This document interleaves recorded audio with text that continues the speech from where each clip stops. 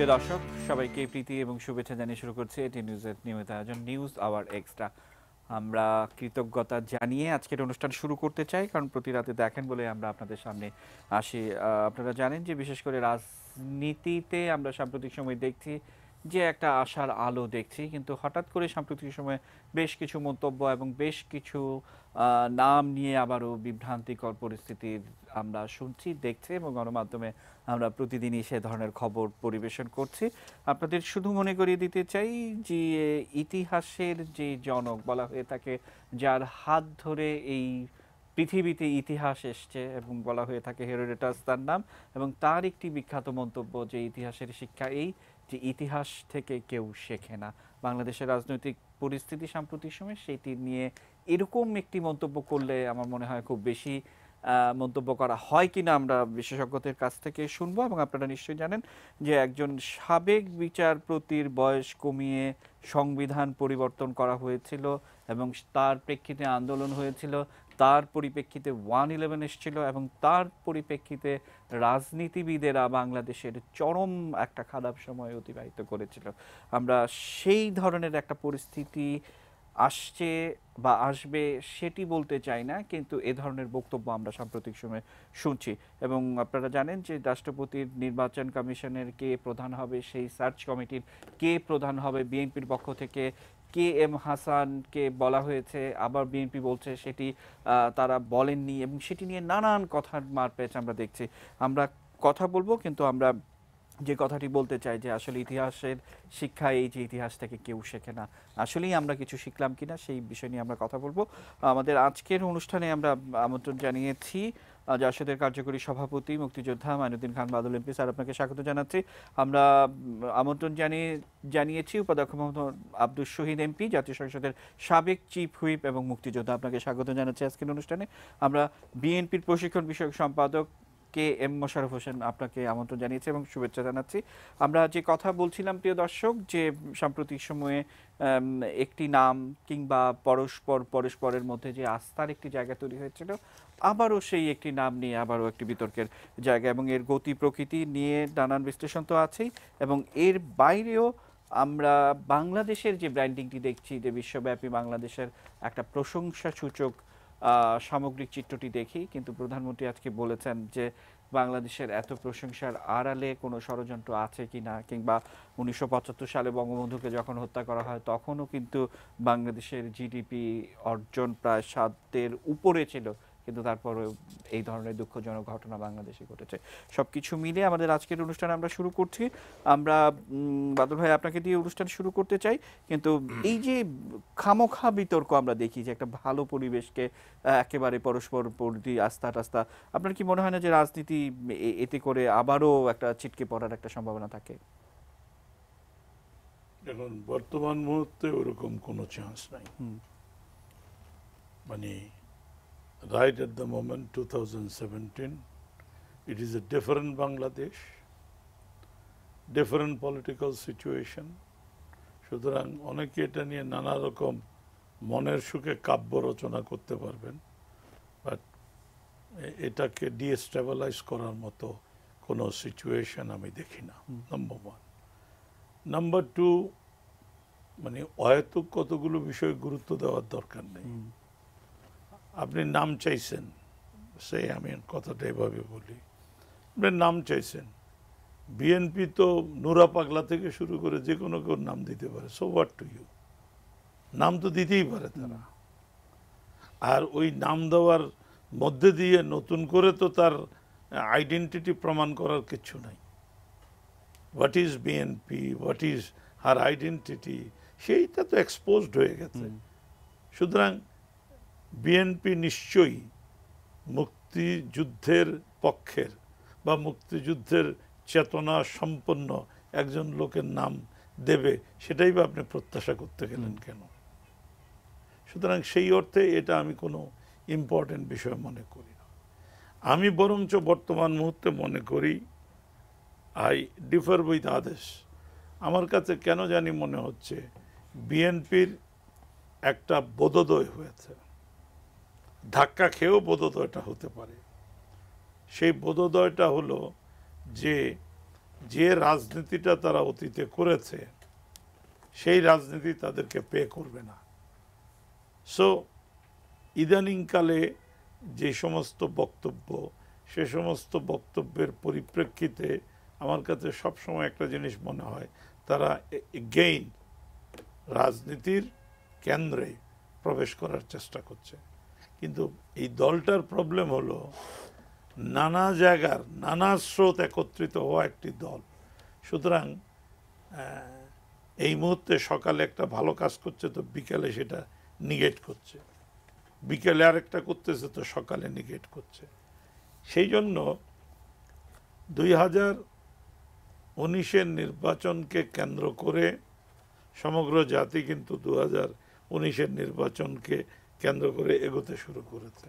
সেই মোমেন্টামে কোনো ধরনের ছেদ ঘটবে বা কেউ ঘটাতে পারবে সেটা আমি বিশ্বাস করি। বাদল ভাই, আসলে যে ধরনের বক্তব্য আমরা গেল 8 দিন ধরে খেয়াল করছি, বা আমি যদি তারও আগে খেয়াল করে রাখি বা একটু যদি ফলো করে থাকি, আমরা এই মুহূর্তে বিশেষ করে একটি ভিডিও ফুটেজ আমরা একটু দেখতে চাই এবং দেখে মোশাররফ ভাই আপনার কাছে আমরা একটু আসতে চাই। সম্পাদক যে কথা বলেছেন যে রাষ্ট্রপতির সঙ্গে আলোচনাকালে আমরা বিতর্কিত বিচারপতি KM হাসান সাহেবের নাম বলে এসেছি সার্চ কমিটির আহ্বায়ক হিসেবে। এটা সর্বৈব মিথ্যা। আর আমার প্রশ্ন, তাহলে কি রাষ্ট্রপতি সাহেব সঙ্গে ওবায়দুল কাদের সাহেব বা আওয়ামী লীগের একটা গোপন যোগসাজশ আছে, যে বিভিন্ন রাজনৈতিক দলের নেতারা যে যাচ্ছেন কথা বলছেন, সেই কথাগুলো তাদের সঙ্গে আলোচনা করি তারা সার্চ কমিটি তৈরি করবেন?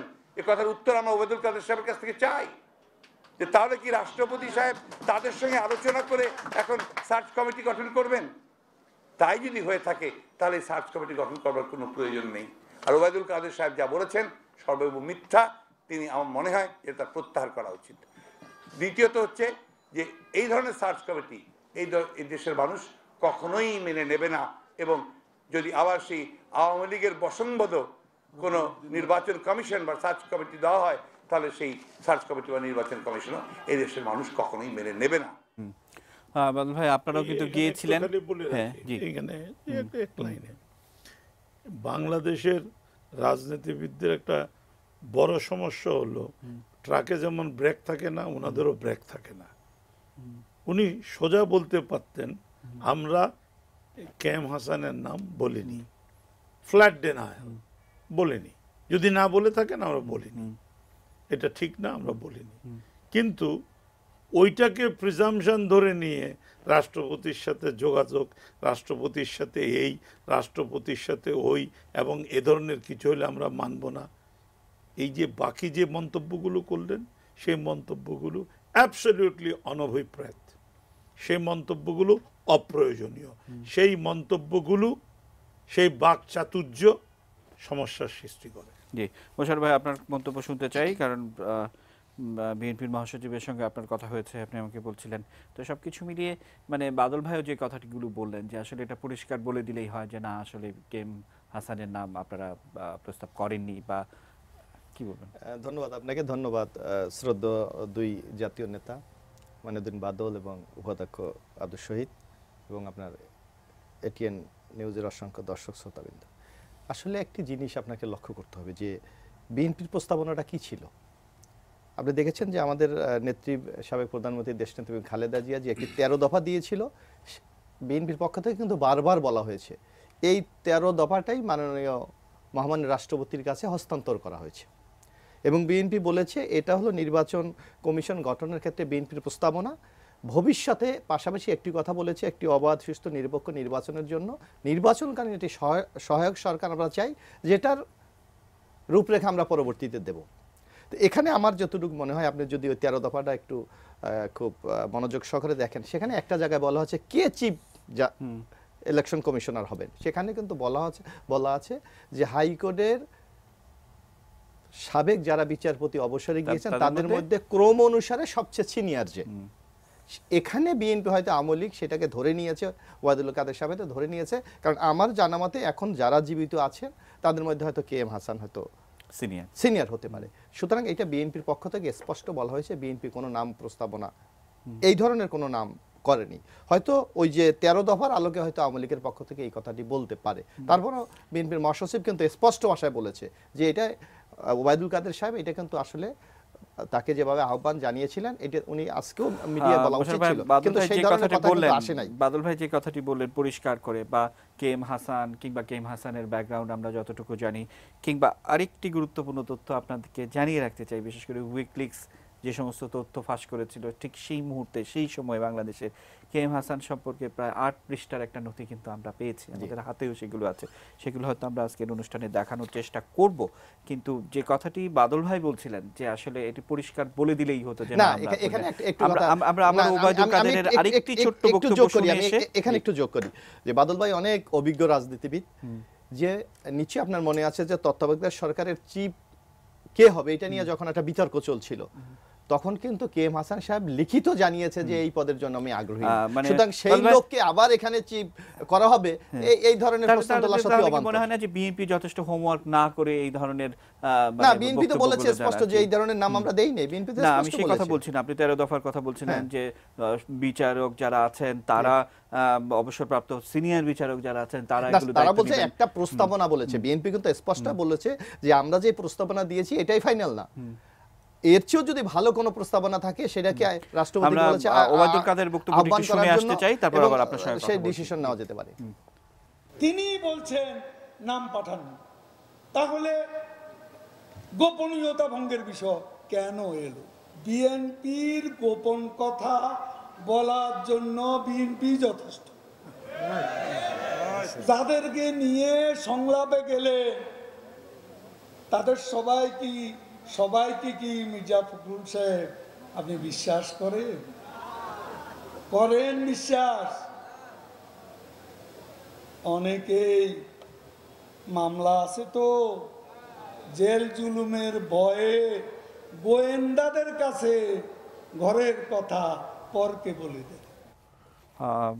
আমি একটু শুনতে চাই যে আসলে যে বিষয়গুলি ওবায়দুল কাদের আওয়ামী লীগের সাধারণ সম্পাদক বলছেন এবং ক্যাটাগরিক্যালি কিন্তু বলেছেন যে মামলা আছে, এবং গোয়েন্দা সংস্থার কথাও কিন্তু তিনি কোড অ্যান্ড কোড সেটি বলেছেন, এবং সেখানেই কিন্তু এই বিষয়গুলো পরিষ্কার হয়েছে যে কে এম হাসানের নাম বলা হয়েছে। কিন্তু আমার প্রশ্নটি হচ্ছে, তাহলে এই কে এম হাসান যার বয়স কমানো হলো তত্ত্বাবধায়ক সরকারের প্রধান করার জন্য, এই কে এম হাসান যার জন্য সংবিধান পরিবর্তন করা হলো, এবং উইকিলিক্সের ফাঁস হয়ে যাওয়া সেই তথ্য যে যেখানে একটা বিবাদমান রাজনৈতিক পরিস্থিতি সৃষ্টির জন্য এই নামগুলো বিতর্কিত তৈরি করা, তারপর একটা সরকারের উলটপালট পরিবর্তনের একটা চিন্তাভাবনা, বা বাংলাদেশকে আবারও সেই ধরনের একটা পরিস্থিতি।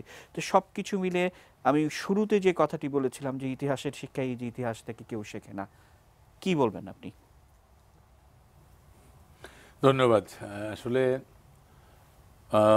নির্বাচন কমিশন, বিদ্যমান নির্বাচন কমিশনের মেয়াদ শেষ হচ্ছে ফেব্রুয়ারি মাসে, সম্ভবত 7 ফেব্রুয়ারি শেষ হচ্ছে, 8 তারিখ। একজনের মধ্যে আরো 7 দিন পরে হবে আউট অফ দিস 5 এর মধ্যে। তো এই নিয়ে মহামান্য রাষ্ট্রপতি ইতিমধ্যে 118 ধারায় আমাদের সংবিধানে যে ব্যবস্থা আছে নির্বাচন কমিশন গঠন প্রক্রিয়া, সেই অনুযায়ী মহামান্য রাষ্ট্রপতি সংবিধানকে সমুন্নত রাখার লক্ষ্যেই কিন্তু নির্বাচন গঠনের উদ্যোগ নিয়েছেন, এবং সেই আলোকেই কিন্তু বিভিন্ন রাজনৈতিক যারা আমাদের নির্বাচন কমিশনে রেজিস্ট্রিভুক্ত রাজনৈতিক দল 40টি দল আছে, তো সবাইকে তিনি আমন্ত্রণ জানিয়েছেন সংলাপের জন্য, এবং নির্বাচন কমিশন গঠনের প্রক্রিয়ায় রাজনৈতিক দলের পরামর্শগুলা তিনি গ্রহণ করেছেন। এখন এটা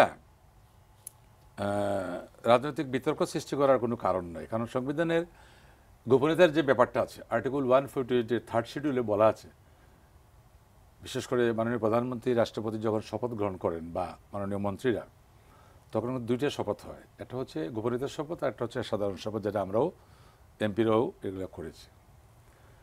তো এখন যদি বিএনপির পক্ষ থেকে মহাসচিব এরকম একটা উক্তি করেন যে আওয়ামী লীগ সেই গোপন বিষয়টা জানার জন্য যোগসূত্র রয়েছে, আমার মনে হয় যেটা অন্ধকারের ডিল ছুড়ে তো রাত দিতে হয় না। যেটা একটু আগে বাদল ভাই যে কথা বলেছেন, আমার ভাই যদিও বয়সে আমাদের চেয়ে অনেক কম, কিন্তু অভিজ্ঞতার আলোকে নবীন হলো, তার অগ্রযাত্রায় যেহেতু প্রশিক্ষণের জন্য দায়িত্বপ্রাপ্ত একটা সংগঠনের, নিশ্চয়ই তার অভিজ্ঞতা তো জুলি কিন্তু বড় হচ্ছে দিন দিন। তো আমি আপনার কথা প্রত্যুত্তরে এটুকু বলতে চাই যে মহামান্য রাষ্ট্রপতির কাছে যা যেভাবে যা বলছে সেটা কিন্তু ফাঁস হওয়ার কোনো সুযোগ নেই। তো এখানে অনুমান নির্ভর, এবং একটি রাজনৈতিক দলের অভিজ্ঞ একজন রাজনীতিবিদ জনাব ওবায়দুল কাদের যেমনি একটা সংগঠনের সাধারণ সম্পাদক বাংলাদেশ আওয়ামী লীগের, তেমনি আরেকটি রাজনৈতিক দল যারা এই যে হাইপোথেটিক্যাল কমেন্টগুলো করে সাংবিধানিক একটা দায়িত্ব মহামান্য রাষ্ট্রপতি পালন করতে যাচ্ছেন, এবং রুলস অফ বিজনেসও কিন্তু এই বিষয়গুলো সম্পাদন করার জন্য রাষ্ট্রপতিকে মাননীয় প্রধানমন্ত্রী কী পরামর্শ দান করবেন সেটাও কিন্তু রুলস অফ বিজনেসে বলা আছে। তো এখানে আমার মনে হয় যে একটি রাজনৈতিক দলের যারা সংসদের নাই বাট বিরোধীরা আছেন, বিএনপি বা তাদের সাথে আরও কিছু রাজনৈতিক সংগঠন আছেন, তারাও কিন্তু যদি নির্বাচন চান এবং অতীতের নির্বাচনে অংশগ্রহণ না করে তারা ভুল শুদ্ধ যেটাই করুন না কোনো, তার খেসারত কিন্তু তাদেরকে দিতে হবে। এখানে কিন্তু জাসদের কার্যকরী কমিটির সভা দেবেন না, আমি আওয়ামী লীগের সদস্য হিসেবে আমরা আওয়ামী লীগের পক্ষ থেকে এর খেসারত দেওয়ার কোনো সুযোগ নেই। আমরা গণতন্ত্রে বিশ্বাস করি। আপনার মনে আছে 1979 সালে যখন নির্বাচন হয় তখন জিয়াউর রহমান সাহেব রাষ্ট্রপতি ছিলেন, তখন 39টা সিট আমরা আওয়ামী লীগে পেয়েছিলাম, নির্বাচন কিন্তু আমরা করেছিলাম। তার কারণ যে নির্বাচন হচ্ছে একটা গণতান্ত্রিক প্রক্রিয়ার জনমত যাচাইয়ের এটা সবচেয়ে বড় যন্ত্র, আর পার্লামেন্ট হচ্ছে একটা গণতান্ত্রিক প্রক্রিয়া শক্তিশালীকরণ করা একটা যন্ত্র, যে without parliament democracy cannot function.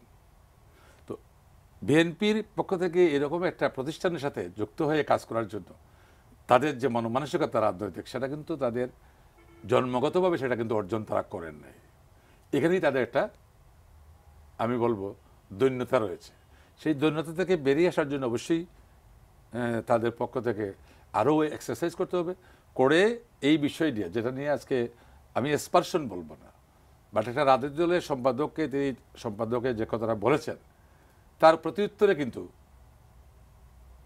যারা আন্দোলন সংগ্রাম করার জন্য রাজপথকে গরম রাখার জন্য বারবার কিন্তু কর্মসূচি দিচ্ছেন, কিন্তু রাজপথে কিন্তু কোনো নেতা যখন নামেন না, কর্মসূচি পালন করেন না, এখন মোবাইল ফোনের মাধ্যমে যদি কর্মসূচি দিয়ে যে পালন করতে চান আর যদি বলেন যে পুলিশ আমাদেরকে নামতে দেয় না, তাহলে তো কিন্তু এই কোনো উক্তির প্রত্যুত্তরে এই কথা বলা অস্বাভাবিক কিছু নয়। তো সেই কারণে আমি মনে করি এই ধরনের একটা সাংবিধানিক প্রতিষ্ঠান তৈরির জন্য মহামান্য রাষ্ট্রপতির কোনো কর্মকাণ্ডকে রাজনৈতিক বিতর্কে নেওয়ার এই মুহূর্তে কোনো সুযোগ নেই। সেটা করা মানেই হচ্ছে যে একটা গণতান্ত্রিক প্রতিষ্ঠানকে ধ্বংস করার জন্য, রাজনৈতিকভাবে একটা স্লার লাগিয়ে দেওয়ার জন্য হয়তো মির্জা ফখরুল ইসলাম সাহেব, আমি মনে করি যে তিনি তো ভালোভাবে বলার কথা, কিন্তু হঠাৎ করে এত উগ্র মনোভাবে রাজনীতি মানে যেমনটা শুরুতে আমাদের মাইনুদ্দিন খান বাদল ভাই যে কথাটি পরিষ্কার করেই বললেন যে আসলে মানে পরিষ্কার বলে দিলেই হয় যে না আমরা প্রস্তাব করিনি, এবং যে কাউকে প্রস্তাব করার অধিকার কিন্তু তাদের আছে, সেটিও কিন্তু সত্যি কথা। কিন্তু এই যে পরিষ্কার করা না করার একটা টেন্ডেন্সি, যে একদম ঘোলা পানিতে, আপনি কি সংবিধানের শপথ মানেন না, মানে মানেন না, তাহলে তো বিএনপি বোঝা গেল যে সেটাও বিশ্বাস করে। জি বাদল ভাই, আমি আপনার কাছে প্রশ্ন আমার যে আসলে যে আমরা মানে যে প্রশ্ন বা যে ধরনের তথ্যপাত্র আমরা প্রতিদিন পাই বা রাজনীতির মাঠে যেটি পাই শুধুমাত্র বলার জন্য বলা, বা একজন রাজনীতিবিদ আমরা দেখি 6, 7, 8টি 9টি প্রেস ব্রিফিং করছেন, সবগুলোতে টেলিভিশন ক্যামেরা থাকছেন এবং কি বলছেন, সকালে এক কথা, বিকেলে এক কথা, দুপুরে আরেক কথা।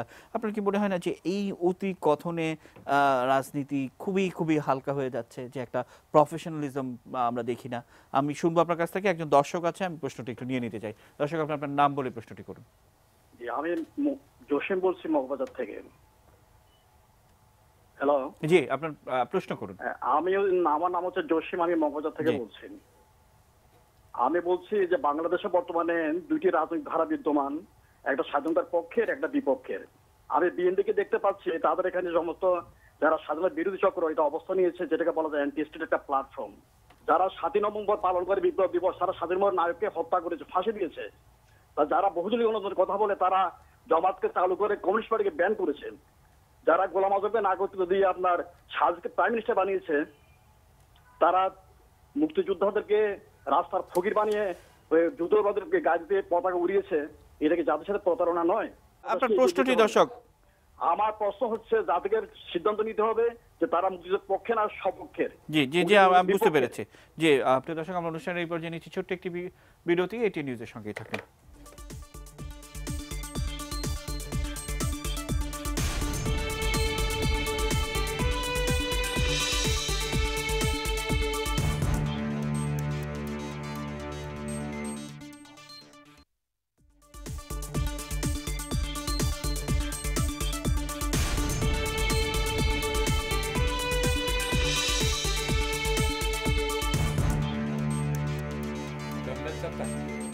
প্রিয় দর্শক, বিরতির পর আবারও আপনাদের আমন্ত্রণ জানাচ্ছি। আপনারা দেখছেন এটি নিউজ। বিরতির আগে আমরা ঠিক যে জায়গাটিতে ছিলাম, আমরা বাদল ভাইয়ের কাছ থেকে শুনবো, বিশেষ করে জসিম মগবাজার থেকে তিনি প্রশ্ন করেছিলেন আমাদের একজন দর্শক। এই মুহূর্তে আরো একজন দর্শক আছেন, আমরা তার প্রশ্নটি একটু নিতে চাই। দর্শক, আপনি আপনার নাম বলে প্রশ্নটি করুন। হ্যাঁ, হ্যালো। জি, শুনতে পাচ্ছি, আপনি আপনার নাম বলে প্রশ্নটি করুন। আচ্ছা, আমার নাম আশুতোষ পোদ্দার, আমি হাজারীবাগ ঢাকা থেকে বলছিলাম। আমার প্রশ্নটা হচ্ছে, আপনার এই সার্চ কমিটি নিয়ে যে এত আলোচনা হচ্ছে, হ্যাঁ, রাজনৈতিক অবস্থাটা অনেক উত্তেজিত হয়ে যাচ্ছে। তো এখানে আপনাদের মিডিয়ারও অনেক করণীয় আছে বলে আমি মনে করি। কিছু নামকে নিয়ে এখন অনেক আলোচনা হচ্ছে। আমাদের যে সাধারণ মানুষের কাছে কিছু নাম গ্রহণযোগ্য বলে মনে হয়, আমরা বলতে পারি আমাদের নামগুলি আপনারা যদি প্রচার করেন। আমি 5টা নাম বলতে চাই, এখানে 3 জন আলোচক আছেন, হ্যাঁ, একটু তাদের যদি বিচারের জন্য।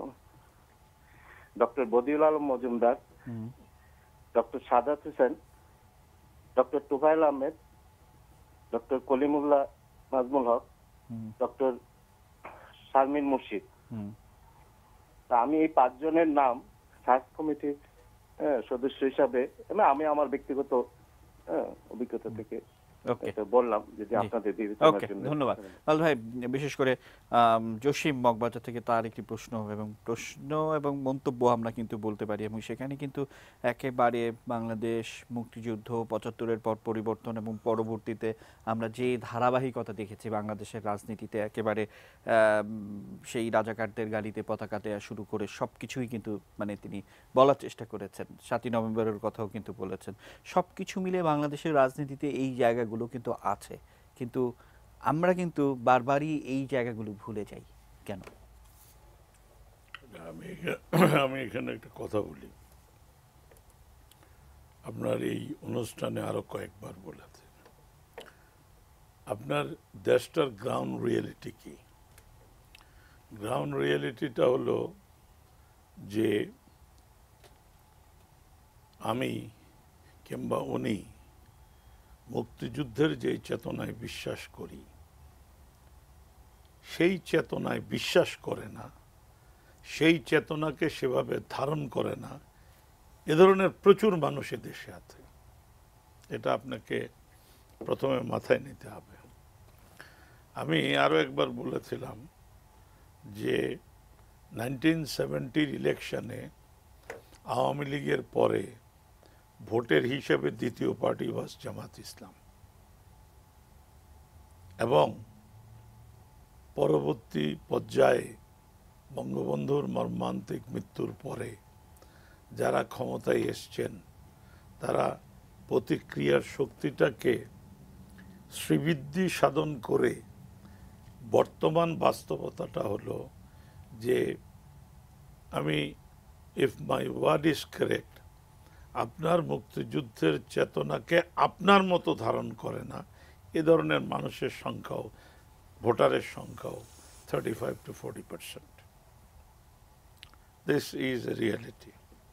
আমি যে কথাটা বললাম সেই কথাটা অনেক পরে এসে আপনি আওয়ামী লীগের সাধারণ সম্পাদক বলেছেন, ওরা আন্দোলন করার শক্তি না রাখলেও এটা বিরাট জনসমর্থনের পার্টি, এটা যেন আওয়ামী লীগ নেতারা ভুলে না যায়। এই ধরনের ওয়ার্নিং দলের সভানেত্রীও বারংবার দিয়েছেন।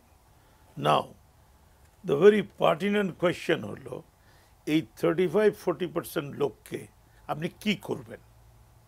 আপনি তো এখন বিজয়ী, আমরা ক্ষমতায় আছি, হোয়াট উই উইল ডু? আমাদের কাছে একটা রাস্তা হতে পারে, আমরা ক্যাম্পোচিয়ার মতো পলপটের আমলে শত্রুপক্ষকে বলছে একদম আন্ডা বাচ্চা শুদ্ধ মেরে ফেলো, মারো। 12 লাখ লোক মারছিল এবং বাচ্চাদের মারছে, বলে যে এও ভবিষ্যতে আমাদের বিরোধিতা করবে। So this could B A course. এই যেটা বিশ্বের কাছে অ্যাকসেপ্টেড না, সারা বিশ্ব আপনাকে ওই অবস্থায় বিশ্ব নাই, but this is a most acceptable course. দ্বিতীয় কোর্স কি? দ্বিতীয় কোর্স হলো, পাশের ভিয়েতনাম পার্সু করেছে, ওরা স্কুলিংয়ে পাঠায় দিছিল শত্রুপক্ষকে। বেটার আর্গুমেন্টস, সুপেরিয়ার আর্গুমেন্টস দিয়ে উইন ওভার করে মেইন স্ট্রিমে নিয়ে এসছে। এখানেই বড় প্রশ্নটি যেটা, সেটা হলো এই যে 40% বা 35% লোক, এই 35% লোককে বঙ্গবন্ধুর বাংলাদেশে, বঙ্গবন্ধুর আদর্শে উদ্দীপিত কোনো পার্টি বা দল বা কোনো গভর্নমেন্ট সামারিলি খতম করে দেব, এ ধরনের কোনো বিবেচনাই করতে পারেন না। তো বিবেচনা না করলে কি আসবে? বিবেচনা হলো, ইয়েস, আপনি তাদেরকে ডিফিট দিতে চান, আপনি তাদেরকে সুপেরিয়ার আর্গুমেন্টে উইথ ইউর সুপেরিয়ার অ্যাক্টিভিটি আপনি তাদেরকে পরাজিত করেন, সেটাই বাঞ্ছনীয় ব্যাপার হবে। এই জায়গায় অন্যথার কোনো জায়গা নেই। সেখানে আমি বলবো যে 75-এর মর্মান্তিক ঘটনার ইয়েকে, উত্তরসূরি বা মানে ইয়েকে, দায়ীকে, আদালতের কথা অনুযায়ী, জিয়াউর রহমান সম্পর্কে আমাদের কথা না, আদালতের কথা, he is a cold blooded murder. Ziaur Rahman সম্পর্কে বলে he is the ultimate beneficiary, এইসব কথাবার্তা বলছে। এখন বঙ্গবন্ধুর হত্যাকাণ্ডকে যদি আপনি আনেন, এটা ওয়াটারশেড, তারপরে 21শে আগস্টের ঘটনাকে আনেন, তাহলে কিন্তু আপনার বিএনপিকে সাথে নিয়ে, পলিটিক্যাল এরেনাতে বিএনপিকে সাথে নিয়ে এক কদম চলাও মুশকিল। কথাটা আগে এটা বুঝেন। মানে আমি যদি ধারণাই করি ওর হাতে আমার বাপের রক্ত লেগে আছে, তাহলে তার সাথে আপনি এটা চলা, সামনের দিনে চলা, এটা অসম্ভব কঠিন প্রশ্ন। সেই জায়গায় আমি মনে করি যে শেখ হাসিনা, ইতিহাসে শেখ হাসিনার নামটা থাকবে খুব বড় হরফে, এ কারণে যে she has decided one thing, যে উন্নয়ন করেছি, দ্রুতগতিতে বাংলাদেশের উন্নয়ন হচ্ছে, বাংলাদেশের চেহারা পাল্টে যাচ্ছে, এর পরও সত্য হলো বাংলাদেশে গণতন্ত্রকে দৃঢ়মূলে যদি প্রথিত করতে হয়, তাহলে গ্রহণযোগ্য একটি নির্বাচনের রাস্তায় বাংলাদেশকে সামনের দিকে এগিয়ে নিতে হবে। That she has uttered many times. আপনি প্রধানমন্ত্রীর কথা বলছিলেন, আপনি লক্ষ্য করেছেন নারায়ণগঞ্জের সময় এসে বলেছে আমরা অ্যাকসেপ্টেবল ইলেকশন চাই।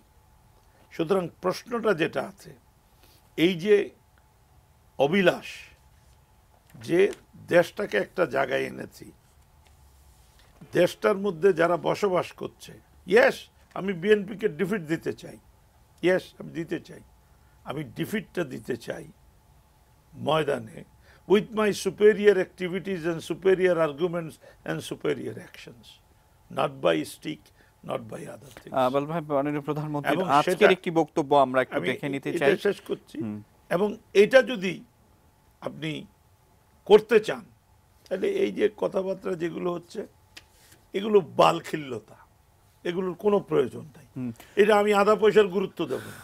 Your focus should B a proper election in 2019, পিপুল সেটা দেখতে চায়। জি বল ভাই, আমি শুনবো মোশাররফ ভাই আপনার কাছ থেকেও শুনবো যে 2019-এ একটা ভালো এবং ইনক্লুসিভ ইলেকশনের কথা যেমনটা মির্জা ফখরুল ইসলাম আলমগীর বলেন এবং আশুতোষ পোদ্দার লালবাগ থেকে ফোন করেছিলেন, তিনি যে 5টি নাম বললেন তারাও কিন্তু এই ইনক্লুসিভ ইলেকশনের কথা বলেন। আমরা শুনবো।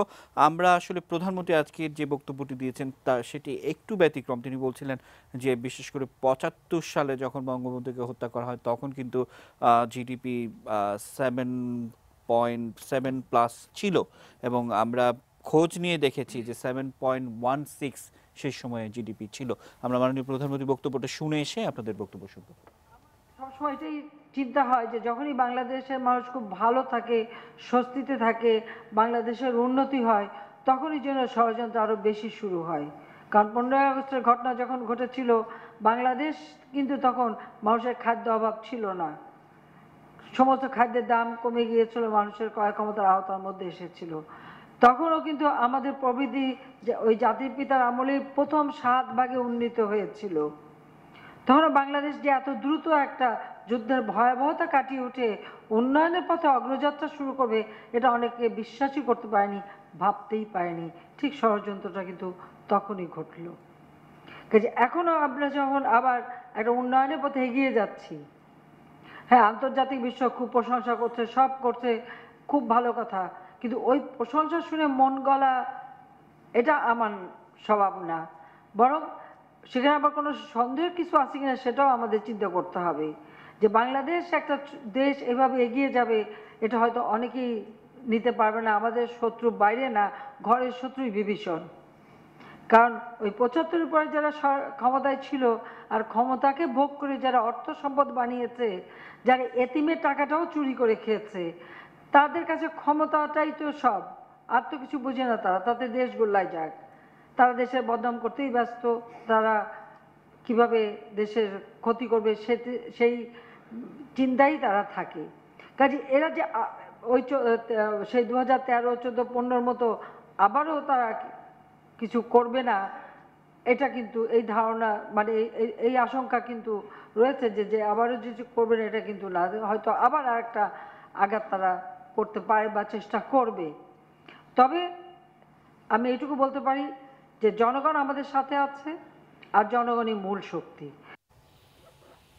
মোশাররফ ভাই, আপনার কাছ থেকে শুনি এবং যে কথাটি আমরা বলছিলাম যে আসলে আমি একদম সহজভাবে যে কথাটি বুঝি যে আমরা 75-এ যদি আমার 7.16 জিডিপি হয়, আজকে আমরা মধ্য আয়ের দেশের কথা ভাবছি এবং আমরা উন্নত আয়ের দিকে যাচ্ছি, বা আমাদের এই অর্জনগুলো বা ওয়ার্ল্ড ইকোনমিক ফোরামের সাম্প্রতিক যেই অ্যাটিচিউডটি দেখলাম বাংলাদেশ প্রসঙ্গে, এবং আপনি জানেন যে 27টি সেশনের মধ্যে 24টির নেতৃত্ব দিয়েছে বাংলাদেশ।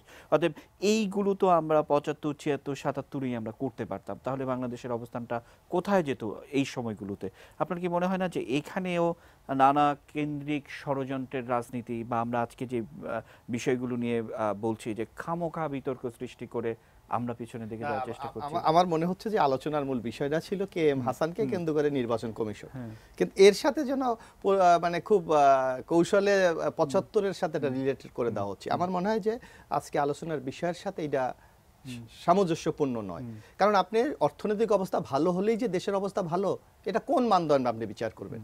দেশে যদি সুশাসন না থাকে, দেশের যদি জনগণের সরকার না থাকে, দেশের যদি মানবাধিকার না থাকে, দেশের যদি সংবাদপত্রের স্বাধীনতা থাকে, শুধু অর্থনৈতিক প্রবৃত্তি দিয়ে কিন্তু আপনি একটা দেশের মানদণ্ড আপনি বিচার করতে পারেন না। 75 সালের একটি যে কথাটি এখানে বাদল সাহেব বলেছেন এবং মহামান্য প্রধানমন্ত্রী বলেছেন যে আপনি 75-এর বেনিফিশিয়ারি কারা, আজকে বলা হচ্ছে মানে ইনডাইরেক্টলি ডাইরেক্টলি যেভাবে জিয়াউর রহমানকে সম্পৃক্ত করা হচ্ছে, কিন্তু 75-এর যে খন্দকার মোস্তাকের নেতৃত্বে যে মন্ত্রিপরিষদ হয়েছিল প্রত্যেকটা লোক আওয়ামী লীগের ছিল, বাইরে থেকে একটা লোক কিন্তু আসে নাই। সুতরাং আপনি অন্যকে দোষ চাপাবেন কিভাবে? যে কথাটি প্রধানমন্ত্রী এখানে কিন্তু একটু ইঙ্গিত দিয়েছে যে ঘরের মধ্যে বিভীষণ, তাদের আওয়ামী লীগের মধ্যের কারণেই তো এই সমস্যার সৃষ্টি হয়েছে। এবং নিশ্চয়ই বাদল ভাই, আমরা বই পুস্তক যতটুকু পড়েছি যে 75-এর পর থেকে 7ই নভেম্বর পর্যন্ত বাদল ভাইদের জাসদের তখন বিরাট ভূমিকা ছিল। জিয়াউর রহমানের দৃশ্যমান আগমনটা কখন? 7ই নভেম্বর সিপাহী বিপ্লবের মাধ্যমে। সুতরাং এর আগের ঘটনা আপনি জিয়াউর রহমানকে সম্পৃক্ততা করে ইতিহাসকে অন্যদিকে একটা ঘোরাবার চেষ্টা করা হচ্ছে, এইটা আমার মনে হয় এটা জাস্টিফাইড না। আর যে জিনিসটি আপনি বলতেছেন যে এখন বাংলাদেশে আজকে এই যে নির্বাচন কমিশন নিয়ে যে কথা হচ্ছে, আগামী দিনে আপনারা বলছেন যে একটি সবার অংশগ্রহণ, এই কথাটা কেন উঠছে? কারণ মাননীয় প্রধানমন্ত্রী তার সম্মেলনে, আওয়ামী লীগের সম্মেলনে স্পষ্ট বলেছে যে আগামী নির্বাচনকে আমি প্রশ্নবিদ্ধ দেখতে চাই না।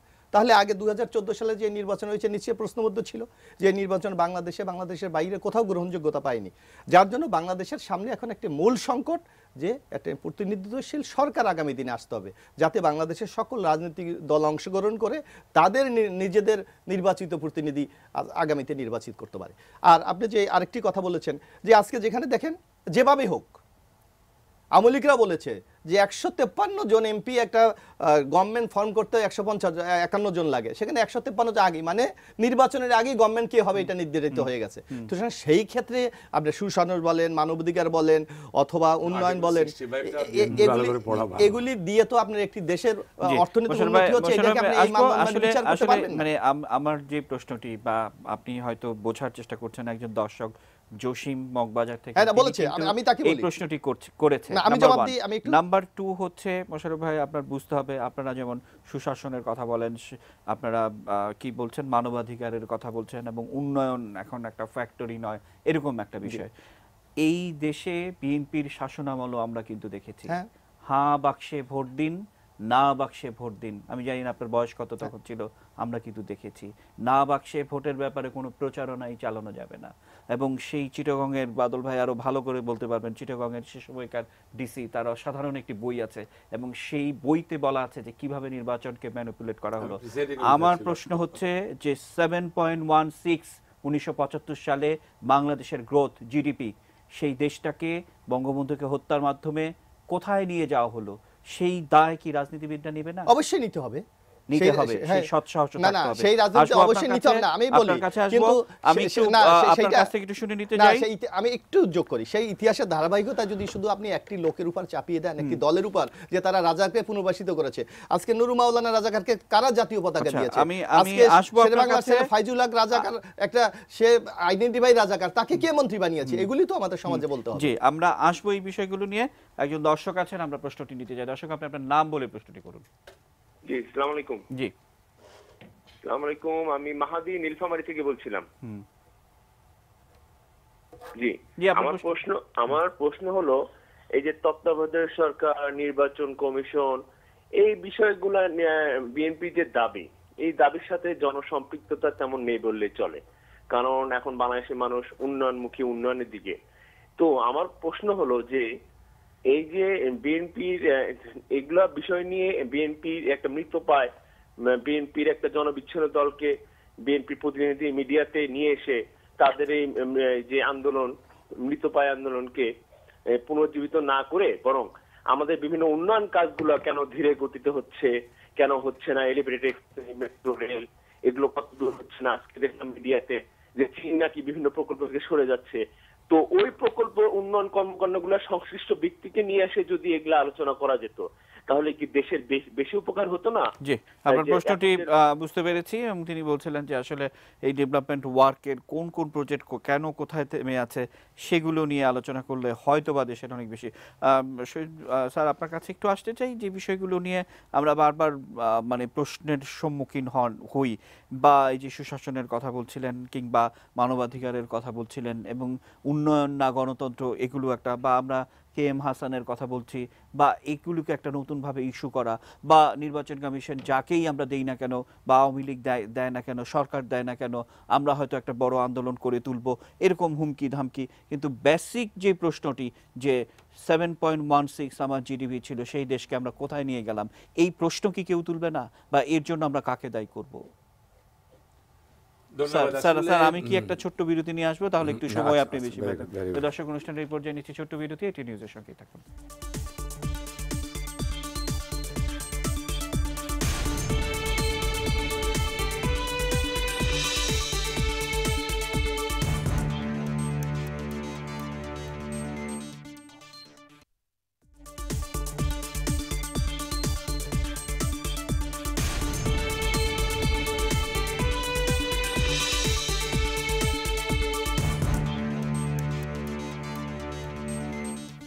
দর্শক, বিরতির পর আবারও আমন্ত্রণ জানাচ্ছি। বিরতির আগে আমি আপনার কাছে ছিলাম, এই মুহূর্তে ঠিক আরেকজন দর্শক আছেন, আমরা একটু প্রশ্নটি নিতে চাই। দর্শক, আপনি আপনার নাম বলে প্রশ্নটি করুন। হ্যালো, জি, আমার নাম হাজী মোহাম্মদ আব্দুল আলী। জি, আমার প্রশ্নটা হলো, রাষ্ট্রপতি যদি সম্পূর্ণভাবে নিরপেক্ষ থেকেও সার্চ কমিটি গঠন করেন, শেষ মুহূর্তে কি বিএনপি এটা মেনে নেবেন, না বলবেন যে উনি তো রাষ্ট্রপতি, তো হানা ভোটের মতো যে নির্বাচন হয়েছিল সেই নির্বাচনে রাষ্ট্রপতি আওয়ামী লীগের, সেটা বলবে কিনা? জি, আপনার প্রশ্নের জন্য অসংখ্য ধন্যবাদ। হাজী মোহাম্মদ আব্দুল আলী, তার প্রশ্নের উত্তর নিয়েও শুনবো। যে প্রশ্নটি বিরতির আগে আপনার কাছে ছিলাম, আমার মনে হয় যে ইফ আই রিমেম্বার কারেক্টলি, উনি একটা কথা কোট করেছেন, সেটা হচ্ছে যে খন্দকার মুস্তাকের পরবর্তী 3 মাস, তার পরবর্তী যে সমস্ত শাসন ব্যবস্থা, তো সেখানে আমার মনে হয় একটা কথা বলতে, সুশাসন বা রুল অফ ল, সেটা আমি একটা দৃষ্টান্ত দিয়ে বোঝাতে চাই। যেহেতু জেনারেল জিয়া উনি সামরিক আইন প্রশাসক হইলেন, কিভাবে হইলেন? তিনি হইলেন সাইম সাহেবকে বললেন আমি অসুস্থ, আপনি বিদায় নেন, আমি টেক ওভার করবো। এ হচ্ছিল তখনকার সময় সেই জিয়া রহমানের রাষ্ট্রপতির দায়িত্ব নেওয়ার মানে মূল বিষয়টা। এখন উনি গণতান্ত্রিক প্রক্রিয়া আসছেন কিনা বা ভোট করে আসছেন কিনা এর প্রশ্ন তো আমার করার প্রয়োজন পড়ে না। আর আপনিই বলেছেন হা না ভোট। আমি তো তখনকার সময় কলেজে শিক্ষকতা করতাম, আমার সুযোগ হয়েছিল প্রিসাইডিং অফিসার বাধ্য হয়ে হওয়ার, আমি রিফিউজ করার পরেও আমাকে দেওয়া হয়েছে, যারা না করলে কিন্তু আপনি জেলে যাবেন, এরকম কথা বলা হয়েছে। ওই সেন্টারে, যে স্কুলের সেন্টারে ছিলাম আমি, সেখানে বুট পড়ছে বোধহয় বিলো 1%। আর আমি প্রিসাইডিং অফিসার হিসেবে বুট শুরু করে দিয়ে আমি চলে গেলাম সেন্টার থেকে, আইসা দেখলাম 98% বুট কাস্ট হয়ে গেছে। তখন বেলা 11টা, 11:30টার মধ্যে। তো এগুলা তো বলে এটা বিতর্ক করা যাবে, এটা বাস্তবতা। কিন্তু সুশাসন, বাদল ভাই পার্লামেন্টে খুব ভালো ডিবেটে অংশ নেয় এবং আমরা খুব মনোযোগ সহকারে তার বক্তব্য শুনি।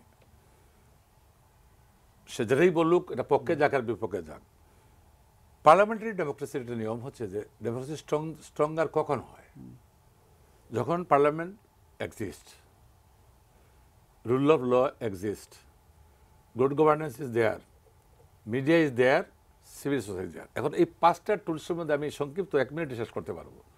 এখন একটা পার্লামেন্ট আছে, সংবিধানের যে আর্টিকেল 65-এ পার্লামেন্ট কীভাবে গঠিত হবে, সংসদ কীভাবে হবে, 153 জন কীভাবে পাস করলেন না করলেন, এই আর্টিকেল 65 পড়লেই তো বোঝা যাবে যে প্রত্যেকটি 120-এ নির্বাচনের আগে 119-20-এ বলা আছে, 21-এ বলা আছে, 22-এ বলা আছে সংবিধানে যে একটি নির্বাচনের নির্ধারিত ভোটার তালিকার মাধ্যমে, এটা নির্দিষ্ট সংখ্যক ভোটার মাধ্যমে এলাকা নির্বাচন নির্ধারণ করে দেবে, সেখানে নির্বাচন হবে। এক পায়ে একাধিক ব্যক্তি থাকিলে সেখানে সরাসরি ভোটের মাধ্যমে, ওই যে আর্টিকেল 11-এ যে কথাটা বলা আছে যে একজন মানে নাগরিক তার ভোটের অধিকার প্রয়োগের মাধ্যমে জনগণের শাসন নিশ্চিত করবে, সেই জায়গাটায় যদি ভোটে কেউ অংশগ্রহণ না করে, একজন প্রার্থী মনোনয়ন দাখিল করে as per schedule declared by the election commission, সেই বিধিবিধান অনুযায়ী শিডিউল পরিপূর্ণ সাপেক্ষে কেউ যদি বিনা প্রতিদ্বন্দ্বিতায় নির্বাচিত হয়, এটা কি তার অপরাধ? 153-200 হলে তো অপরাধ না। না মানে এই অপরাধের জায়গা থেকে স্যার আমি স্যার আমার কাছে একটা বক্তব্য, বিশেষ করে বিএনপি চেয়ারপারসনের একটি বক্তব্য যে নির্বাচন হবে না, হতে দেয়া হবে না। হ্যাঁ, তো সো এই বক্তব্যের পরে আমরা এইগুলো নিয়ে বিএনপি কথা বলার কোনো রাইটস আছে কিনা? 15 ফেব্রুয়ারি নির্বাচন বললেই তো এটি আমি আসবো আপনার কাছে। আমি বাদল ভাই আপনার কাছে আমার একদমই বোকা একটা প্রশ্ন। আপনি নিশ্চয়ই মহাভারতের কুরুক্ষেত্র যুদ্ধের ইতিহাসটি পড়েছেন এবং সেখানে বেসিক পয়েন্ট হচ্ছে যে নারীর অপমান, এই কজ অফ ওয়ার। এবং যখন যুদ্ধ হবে না তখন কিন্তু পরিষ্কার বলা হলো যে ইতিহাসে থেকে যাবে যে এই পাণ্ডবরা হচ্ছে ভীরু কাপুরুষ, তারা তার মায়ের অপমান, নারীর অপমান সব মেনে নিয়েছে। আপনি নিশ্চয়ই জানেন যে নিজামীর যে রায় আদালতের পর্যবেক্ষণটি ছিল, সেখানে বলা হয়েছে যে এদেরকে মন্ত্রী বানিয়ে 30 লাখ শহীদকে চপটাঘাত করা হয়েছে। যারা এগুলি করেছে তাদের সঙ্গে আমার এখন সুশাসন দেখাতে হবে, তাদের সঙ্গে আমার মানবাধিকার দেখাতে হবে। তাহলে কোথায় আমরা যাচ্ছি বা কোথায় আমরা থাকছি? ওই জায়গায় আসতে চাচ্ছিলাম। That is the hardest reality. ওইটাই হার্ডেস্ট রিয়ালিটি। এবং ওইটা করতে পেরেছে বলে Sheikh Hasina has turn from a politician into a Statesman. সেই জায়গাটা খেয়াল করতে হবে। 96 ইংরেজিতে ক্ষমতায় এসে রাতের অন্ধকারে কারাগারে লোক পাঠায় আসে ফারুক বা কাউকে হত্যা করেনি। খুব ভালো মতো সে জানে যে আমার বাপকে খুন করছে, কিন্তু নর্মাল ল ফলো করতে গিয়ে দিনের পর দিন, রাতের পর রাত তাকে অপেক্ষা করতে হয়েছে। এই জায়গাটা, এই যে সহ্য, that is part of democracy. আমি অন্য একটা, আমি ওইটাতে ঢুকতে চাইনি, কিন্তু উনি আনলেন যখন আমি কথাটা বলতে বাধ্য হই। সেটা হলো যে 2014 সালের নির্বাচনে আপনি তো নির্বাচন করতে চাননি, আপনি বলছেন আমি নির্বাচন করতে দেব না, and you have declared a war. Bus পড়াইছেন, এই পড়াইছেন, যা করছেন। তো যুদ্ধের নিয়মটা কি? আপনি যুদ্ধে যদি হেরে যান তারপর কি হয়? অতীতে নিশ্চিহ্ন করে ফেলা হতো। এখন কি হয়েছে? আপনি যুদ্ধে হেরে গেছেন 2014 যুদ্ধে, এবং আপনাকে কাটিং টু সাইজ, আপনাকে ছোট করে ফেলা হয়েছে, আপনি হীনবল হয়ে গেছেন। এখন আপনি বলছেন যে ওই যে 14 নির্বাচন, ওইটা কোথাও গ্রহণযোগ্যতা পায়নি। এটা কোন জায়গায় পাইলেন? মানে কোন কিতাবে পাইলেন গ্রহণযোগ্যতা পায়নি? আর আমি যদি বলি যে এই ইলেকশনের পরে আমি ইন্টারন্যাশনাল এই ইন্ট্রা পার্লামেন্টারি ইউনিয়নে সাবেরের নির্বাচন হয়েছিল, সেই নির্বাচনে আমি কোঅর্ডিনেট করতেছিলাম। তো ওইখানে তো পৃথিবীর 168টা দেশ ভোট দিছে। ওদের ভোট কি আমরা কিনে নিছি নাকি? সিপিএতে তার 15 দিন আগে হলো, 15 দিনের ব্যবধানে 2টা ভোটাভুটিতে ইতিহাসে প্রথমবারের মতো বাংলাদেশ দুইটাই জিতলো। এটা মানে দোনোটার মাথা জিতলো। আপনার ইন্টারন্যাশনাল পুলিশ ফোর্স, এই যে আপনি আন্তর্জাতিক বাহিনীতে ব্লু ক্যাপসের কিন্তু রুল আছে, কোনো দেশের সরকার অত্যাচারী, অবৈধ, এটা যদি আন্তর্জাতিক মহল স্বীকার করে ওইখান থেকে ব্লু ক্যাপস নেয় না। তো কিসের ভিত্তিতে? এখন আপনি এখানে পাইলেন, আপনি বলেন যে এই কোথাও গ্রহণযোগ্য, তখন আমি বিতর্ক না করে আপনার কোন কোন কাগজে কোন কোন দেশে গ্রহণযোগ্যতা নেই ওটা কাগজপত্র দেখান। এইভাবে কথা বলে কোনো লাভ নেই। তৃতীয় কথাটা বলি, ওটা বলেই শেষ করি। এটা ঐতিহাসিক সত্য, এই ডিক্লারেশন অফ ইন্ডিপেন্ডেন্সে জিয়াউর রহমান ওনার প্রথম যেটা বিবৃতি সেটাকে সংশোধিত করে দ্বিতীয় বিবৃতি পাঠ, আমি ওই এলাকার লোক, আমি উপস্থিত ওখানে। ওনার প্রথম ডিক্লারেশনটা কি ছিল? ওনার প্রথম ডিক্লারেশন বলতেছে as head of the state, chief of staff of Bangladesh army, উনি এই ডিক্লারেশন দিচ্ছেন।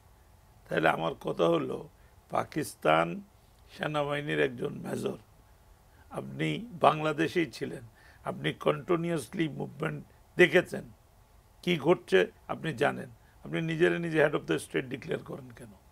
Y? Is it your innocence or delivered?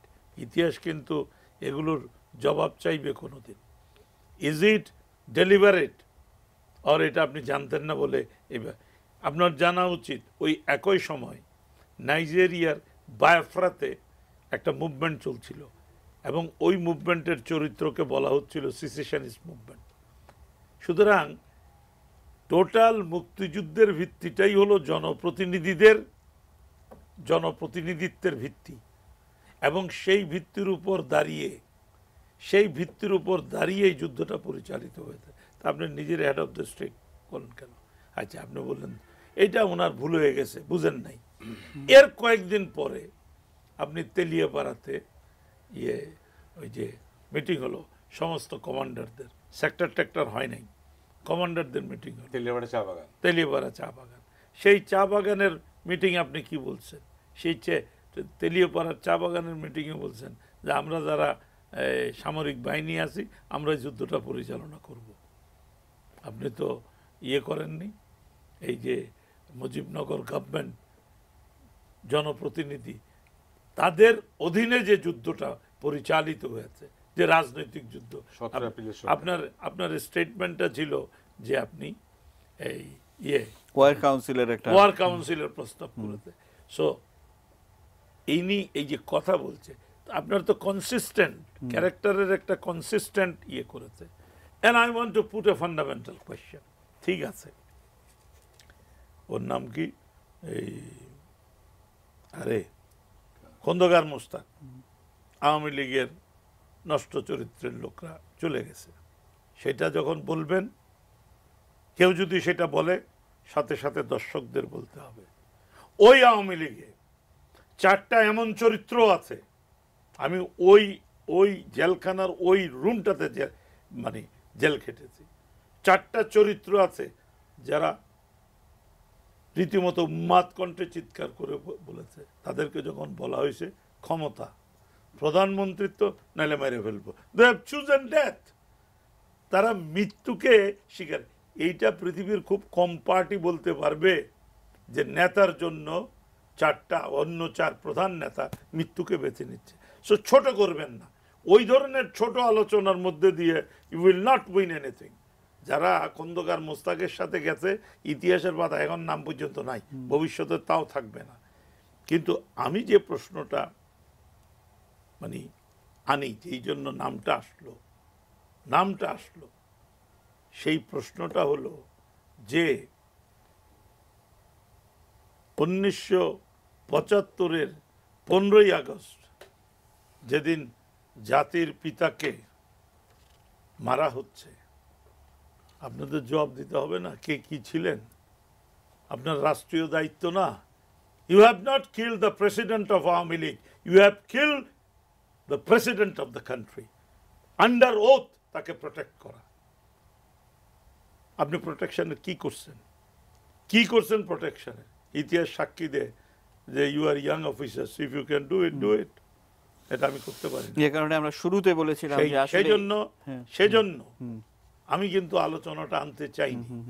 এই আলোচনা আমি শেষ করি, এই আলোচনা রক্তক্ষরণ হয়, তখন তো আমি আপনার সাথে হাত মিলাতেও চাইবো না, কিন্তু তারপরও বলছি সেই বিখ্যাত উক্তি, grass grows in the warfield if not in the gallows. ফাঁসির মঞ্চে ঘাস গজায় না, যুদ্ধক্ষেত্রে গজায়। ঠিক আছে, আপনি যুদ্ধ করতে চেয়েছেন, আপনি উল্টে দিতে চেয়েছেন সরকারকে, তো উল্টে দিতে চাইলে তো তার প্রতিক্রিয়া হবে। যেমন আপনি বলছেন এটা মিথ্যা মামলা, তখন আমি পাল্টা বলবো বাসটা পুরাইছে, এটা কি মিথ্যা? ভিতরে যে মানুষটা পুড়ে গেছে, এটা কি মিথ্যা? তো মানুষটা যদি পুড়ে যায়, বাসের আগুনটা যদি সত্য হয়, তো এই আগুনের মামলায় আপনি পড়ছেন আর কি। So all this questions together, এটাই যদি আপনারা আলোচনা, শেষ করছি, এটাই যদি আপনারা এটিএন নিউজ বা অন্যরা আলোচনা করতে চান, তাহলে একটা খোস আলোচনা করতে পারবেন। বারি দোজ ইস্যুস, সামনের দিকে তাকান। আপনি যদি ওরকম মনে করেন পাল্টাপাল্টি প্রশ্ন করবেন, তখন আমি কোনো আলোচনায় না গিয়ে বলবো 15ই আগস্ট সত্য, 21শে আগস্ট সত্য। এবং একজন দর্শক আছেন, এর চেয়ে সবচেয়ে বড় সত্য, খুনি আর খুনের শিকার এক রাস্তায় হাঁটে না, ধর্ষিতা আর ধর্ষণকারীও এক জায়গায় অবস্থান করে না। জি দর্শক, আপনি আপনার একজন দর্শক আছেন, আমরা প্রশ্নটি নিতে চাই। দর্শক, আপনি আপনার নাম বলে প্রশ্নটি করুন। হ্যালো, আমার নাম কাজী আক্কাস, গুলশান থেকে। আমি আমার প্রিয় নেতা মাইনুদ্দিন খান বাদল সাহেবকে প্রশ্নটা করতে যাচ্ছি। ওনার সাথে আমার অনেকবার লন্ডনে দেখা হয়েছে, বাট আমার প্রশ্নটা হলো কে এম হাসানকে বিতর্কিত বলা হচ্ছে, কিন্তু আমরা জানি না, আমরা নিউ জেনারেশন যারা আছি, কে এম হাসান কেন বিতর্কিত, এই বিষয়টা একটু যদি আপনি বলেন আমরা জানতাম আর কি। অসংখ্য ধন্যবাদ বাদল ভাই, একটু আপনার কাছে প্রশ্ন করেছে। আমরা ছোট্ট একটা বিরতি নিয়ে এই প্রশ্নের উত্তর দিই। ছোট্ট বিরতি, একটা নিউজের সঙ্গে থাকুন।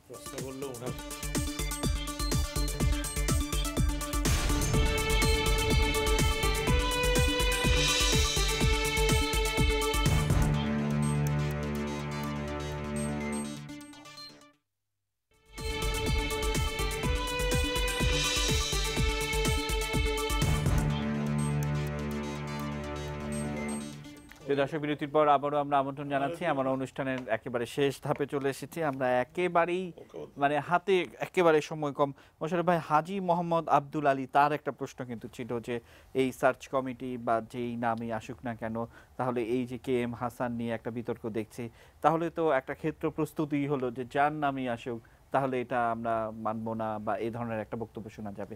সেই প্রশ্নের উত্তরে কি বলবেন? না, এখানে আপনি বিএনপির যদি প্রস্তাবনাগুলো আপনি লক্ষ্য করেন, বিএনপি কিন্তু স্পষ্ট বলেছে বিএনপি একটা প্রস্তাবনা করতে পারে, কিন্তু তারা বলেছে সবার মতামতের ভিত্তিতে, কিন্তু যে সকল দলগুলি নিবন্ধনকৃত অথবা যারা সংসদে প্রতিনিধিত্ব করেছে এদের সম্মিলিত মতামতের বিরুদ্ধে মতামতের মাধ্যমেই কিন্তু সিদ্ধান্তটা হবে। সুতরাং এখানে আপনার যেভাবেই বিতর্ক সৃষ্টি করার চেষ্টা করুক না কেন, এখানে আমার মনে হয় মহামান্য রাষ্ট্রপতির সেই অবস্থাটা বিচার করার মতো সুযোগ কিন্তু তার রয়েছে, কারণ সে শুধু বিএনপি একা না।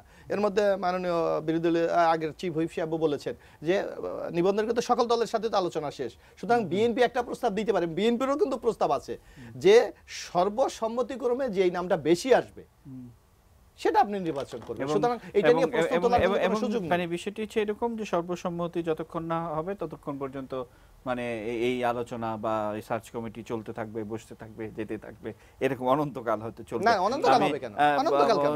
স্যার আমাদের সাথে কাজী আক্কাস, যেটি বাদল স্যারের কাছে এই প্রশ্নটি ছিল যে কে এম হাসান কেন বিতর্ক, একদম সংক্ষেপে আমরা বাদল ভাইকে একটু সুযোগ দিতে চাই, তাকে দিয়ে শেষ করব, তাকে অন্য প্রশ্ন করতে চাই এবং আপনি যদি তার প্রশ্নের উত্তরটি দেন। তখন তো সংবিধানে যেটা ছিল যে একটা তত্ত্বাবধায়ক সরকারের অধীনে নির্বাচন হবে, তত্ত্বাবধায়ক সরকারের অধীনে নির্বাচন হলে যত সরকারের প্রধান যিনি হবেন তিনি প্রধান উপদেষ্টা, সেই প্রধান উপদেষ্টা কে হবেন সেটার একটা ব্যাখ্যা দেওয়া ছিল।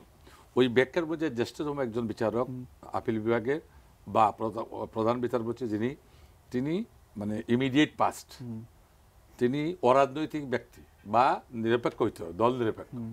তো কে এম হাসান সাহেব সম্বন্ধে এ পর্যন্ত যেটুকু আমার জানা আছে বা আমরা বাংলাদেশের রাজনৈতিক মহলে যেটুকু আলোচনা হয়েছে সেই হিসাবে তিনি বিএনপির একসময় আন্তর্জাতিক বিষয়ক সম্পাদক ছিলেন। তাহলে আমাদের প্রশ্ন হচ্ছে যে আমরা যে আপত্তিটা করেছি বা আমরা বলেছি যে কেন হবেন না, তার কারণ হলো যে দল নিরপেক্ষ ব্যক্তি যদি আমরা শর্ত থাকে সংবিধানে, তাহলে সেই নিরপেক্ষতা তো নিশ্চিত করার দায়িত্ব হচ্ছে যিনি এখানে বসবেন তিনি এবং তার পক্ষে যারাই থাকুন না কেন, এবং সকলের ঐক্য। একটু আগে তিনি যে কথাটা বলছেন যে সবার ঐক্যমতের ভিত্তিতে, আমি এই কথা শেষ করতে চাই। আজকে জনাব আব্দুল আলী সাহেবের বক্তব্যের প্রেক্ষিতে বলতে চাই, নির্বাচন কমিশনের গঠন করার প্রক্রিয়া মহামান্য রাষ্ট্রপতির সাংবিধানিক যে ক্ষমতা আছে সেটা তিনি প্রয়োগ করতে, আওয়ামী লীগ কি বললো, বিএনপি কি বললো বা অমুক কি বললো না, সেটার মধ্যে বিতর্ক তৈরি করার জন্য ওনার দায়িত্ব না। সেটা তো ওনার দায়িত্ব হচ্ছে যে সুষ্ঠু নির্বাচন কমিশন সুষ্ঠু নির্বাচনের স্বার্থে তৈরি করার জন্য তিনি করবেন সংবিধান। অসংখ্য ধন্যবাদ বাদল ভাই, একেবারে 30 সেকেন্ড সময় পাবেন আপনি আপনার সমাপনী বক্তব্য। আমি তো বলছি, ওই আমার প্রথম বক্তব্যটাকে রিপিট করব। This is 2017.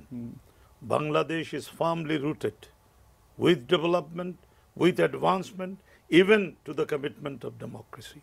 কেউ যদি অন্য কিছু করতে চান, সেকেন্ড টাইম মিস্টেক, ইতিহাসের রসা তুলে ফেলে দেবে। অসংখ্য আবারও যে সেই কথাটি আমরা শুরুতে বলেছিলাম যে ইতিহাসের শিক্ষা এই যে ইতিহাস থেকে কেউ শেখে না।